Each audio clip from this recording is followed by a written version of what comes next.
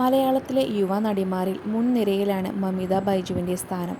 Super ശരണ്യയിലെ സോനാരി എന്ന കഥാപാത്രത്തെ അവതരിപ്പിച്ചാണ് മമിത ബൈജു ആരാധകരുടെ മനസ്സിൽ ഇടം നേടുന്നത്. ഇപ്പോഴിത് ബോക്സ് ഓഫീസ് വൻ വിജയമായി മാറിയിരിക്കുന്ന പ്രേമലുവിലെ നായികയാണ് മമിത.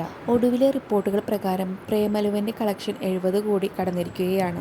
സൂപ്പർ ശരണ്യയ്ക്ക് ശേഷം മമിതയെ തേടി നിരവധി അവസരങ്ങളാണ് എത്തിയത്. ചിത്രത്തിലൂടെ ഒരുപാട് ആരാധകരെ മമിതയ്ക്ക് സ്വന്തമാക്കാൻ സാധിച്ചു. ഇതിനിടെ സൂര്യയ്ക്കൊപ്പം തമിഴിൽ അഭിനയിക്കാനുള്ള അവസരവും മമിതയെ തേടിയെത്തിയിരുന്നു. എന്നാൽ ഈ ചിത്രത്തിൽ നിന്നും മമിത പിന്നീട് പിന്മാറുകയായിരുന്നു. ഇതിനെക്കുറിച്ചും താരം ഇപ്പോൾ നടന്നൊരു ഇൻ്റർവ്യൂവിൽ തുറന്നു പറഞ്ഞിട്ടുണ്ട്.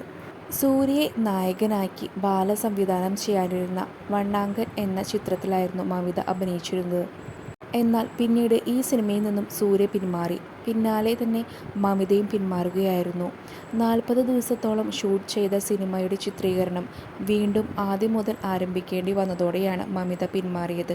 ഇപ്പോൾ ഇതാ ചിത്രത്തിൻ്റെ ചിത്രീകരണ ഓർമ്മകൾ പങ്കുവയ്ക്കുകയാണ് മമിത. മമിതയുടെ വാക്കുകൾ ഇങ്ങനെയാണ്. ചിത്രത്തിൻ്റെ ചിത്രീകരണത്തിനിടയിൽ സംവിധായകനായ ബാലയുടെ കയ്യിൽ നിന്ന് ചീത്തയും തല്ലുമൊക്കെ കേൾക്കേണ്ടി വന്നിട്ടുണ്ടെന്നാണ് മമിത പറയുന്നത്. അതേസമയം താൻ മുന്നേ കമ്മിറ്റ് ചെയ്ത സിനിമകളുടെ ഡേറ്റുമായി വണ്ണാങ്കൻ്റെ ഡേറ്റുകൾ ക്ലാഷ് ആയതോടെയാണ് ചിത്രീകരണം ഉപേക്ഷിച്ചതെന്നും മമിത പറഞ്ഞു. ചിത്രത്തിൽ സൂര്യയ്ക്കൊപ്പമുള്ള കോമ്പിനേഷൻ സീനുകളും ഉണ്ടായിരുന്നു. പിന്നെ അതിൽ വില്ലടിച്ചാമ്പാട്ടെ എന്നൊരു സംഭവം ഉണ്ടായിരുന്നു. ഇത് ചെയ്യാൻ പ്രത്യേക മേവഴക്കമൊക്കെ വേണം. അത് അടിച്ചുകൊണ്ട് വേണം പാടാനായിട്ട്. അത് അടിക്കുന്നതിന് പ്രത്യേക സ്റ്റൈലൊക്കെ ഉണ്ട്. നീ പുള്ളിക്കാരി ചെയ്യുന്നത് കണ്ടോ എന്ന് ചോദിച്ചു. ഞാൻ നോക്കുമ്പോൾ അവർ എന്തൊക്കെയോ ചെയ്യുന്നുണ്ട്.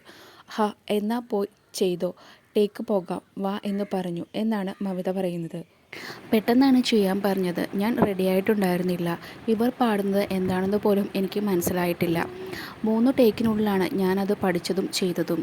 ഇതിനിടെ കുറേ ചീത്തയൊക്കെ കേട്ടു. സാർ പ്രത്യേകം പറഞ്ഞിട്ടുണ്ട് ഞാൻ ഇങ്ങനെയൊക്കെ പറയും, ഒന്നും കാര്യമാക്കേണ്ട എന്ന്.